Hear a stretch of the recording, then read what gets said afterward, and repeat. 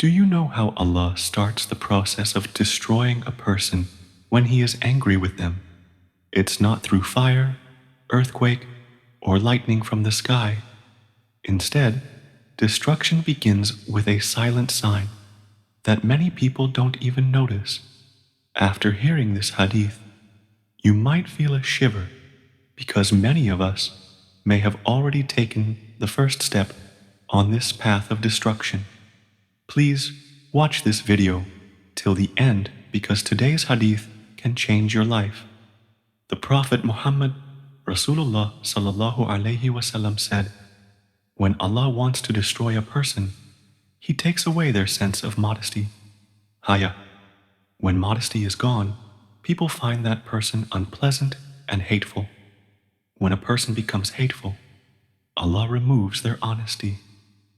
When honesty is taken away, you will see that person known for cheating and betrayal. When a person becomes known for cheating, Allah takes away their mercy. When mercy is gone, people will curse that person, and they become cursed by others. When you see a person cursed like this, it means the necklace of Islam has been taken off their neck." Hadith narrated by Ibn Majah, Hadith number 454. If this hadith touches your heart, please don't stop this video. Share it with others.